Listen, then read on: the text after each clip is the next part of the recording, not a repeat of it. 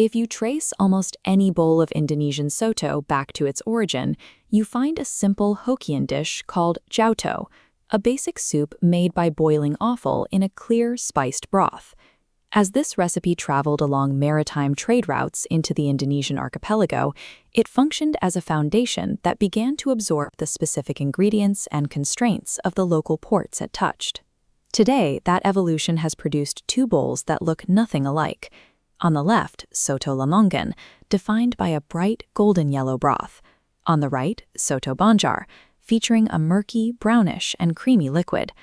Despite sharing the same jauto ancestry, these dishes have reached opposite physical states.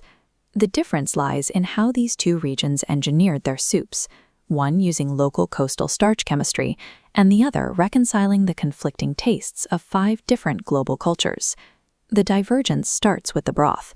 To achieve Lamongan's golden clarity, cooks rely on local turmeric.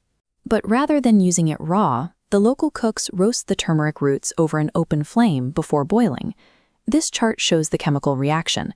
Heat breaks down the turmeric, allowing its curcumin pigment to dissolve perfectly into the broth's oil fraction, creating a stable, vibrant color that won't separate during the simmer.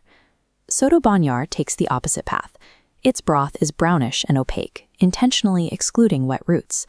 Instead, the Banjar profile relies on the dry spice trade, reflecting the influence of Arab merchants who brought warm, concentrated spices to the region. The aroma comes from a precise boiling of 5 specific dry ingredients: cinnamon, clove, nutmeg, star anise, and cardamom. From the first simmer, identities are set.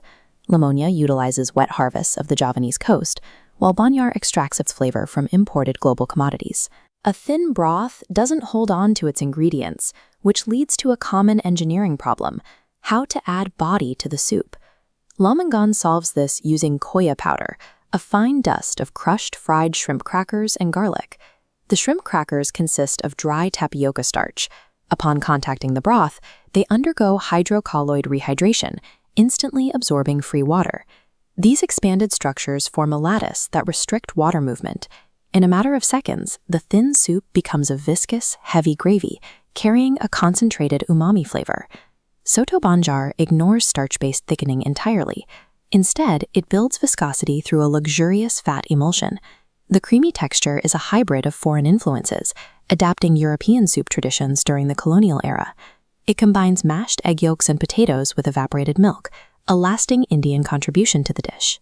Lamongan relies on instant starch science, while Banjar achieved its texture through a heavy fat emulsion inherited from 2 different empires. These chemical choices dictate the garnishes. In Soto Lamongan, cooks use raw shredded cabbage, while traditional bean sprouts are explicitly avoided. Bean sprouts contain too much free water. If they were added, they would leak moisture into the bowl and immediately thin out the starch viscosity created by the koya. Soto Banjar uses much heavier accompaniments, pairing local ketupat rice with Dutch-inspired perkedel potato fritters and Chinese glass noodles. To balance the high fat content of milk and eggs, the dish requires a sharp acidity. This is provided by limau quit, a regional citrus that cuts through the lipids to keep the flavor from becoming cloying. In both bowls, the toppings are functional choices designed to either protect the physics of the soup or balance its historical fat content.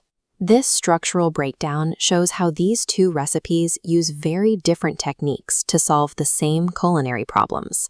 Soto Lamongan is a study in coastal precision, utilizing local turmeric and calculated starch engineering to create its unique mouthfeel.